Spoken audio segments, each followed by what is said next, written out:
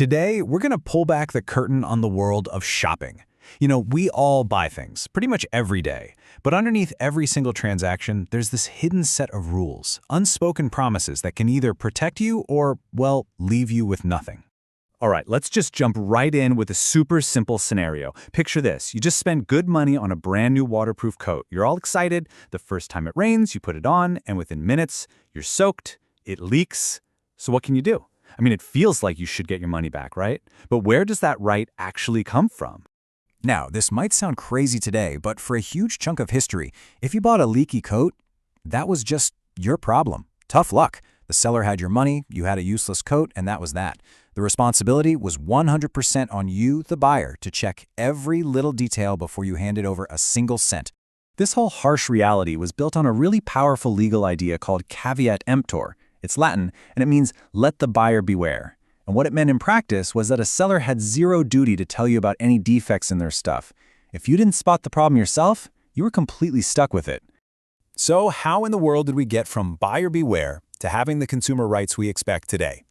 Well, it all comes down to understanding the two different kinds of promises a seller can make: conditions and warranties. They might sound kind of similar, but trust me, in the eyes of the law, they are worlds apart. So here's the main difference, okay? A condition is absolutely essential. It goes right to the heart of the deal. A warranty, on the other hand, is more of a side promise. But here's the part that really matters: the remedy. If a seller breaks a condition, you can call the whole thing off, end the contract, get your money back. But if they only break a warranty, you can only ask for damages. You can't just return the item. Let's drill down on conditions for a second. A condition isn't just some casual promise. The legal definition is a promise that goes to the root of the contract. It's so important that if it's not met, the whole reason you made the deal in the first place is just gone. It's the ultimate deal-breaker promise. A warranty, though, is a less critical promise. Think of it as collateral to the main deal. So if a warranty is broken, yeah, it's a problem, but it doesn't totally destroy the main purpose of your purchase.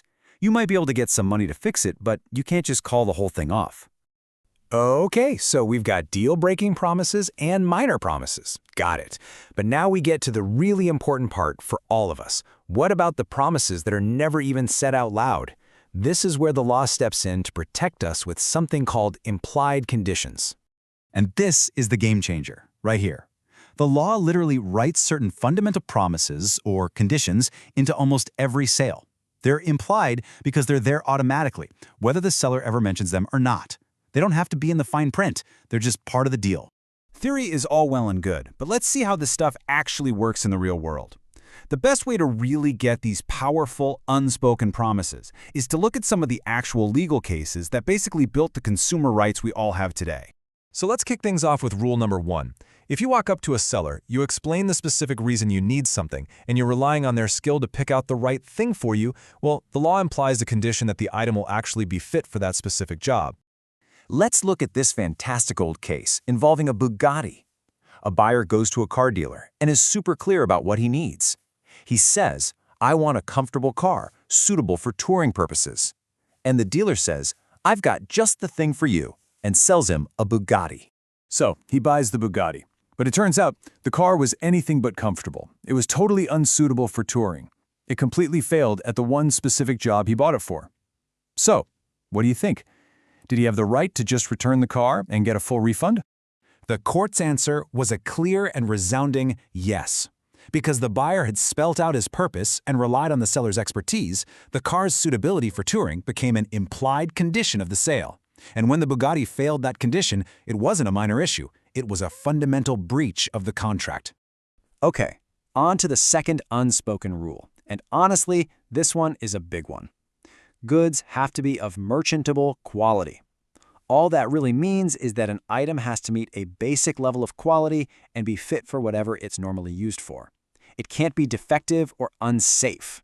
Now, this rule was really solidified in a pretty tragic case from over a century ago. A customer bought a tin of salmon from a grocer. Turns out, the salmon was contaminated, and after eating it, the buyer's wife actually died. It's a horrible story, but it perfectly shows you what's at stake here. Now think about it. The grocer probably had no idea the salmon inside that sealed tin was poisonous. He didn't pack it. So does that get him off the hook? Is he still on the hook for selling a product that wasn't just faulty, but was literally deadly? And once again, the law was crystal clear. Yes, he was liable. The salmon was obviously not of merchantable quality. I mean, tinned fish should be safe to eat, that's its basic purpose. Because it wasn't, the grocer had broken a fundamental implied condition of the sale, and it didn't matter one bit whether he knew about the poison or not. Our third unspoken rule is so simple, but it's incredibly powerful. What you get must be what you were told you were getting. The goods have to match the description the seller gave you. Let's look at one more classic car case.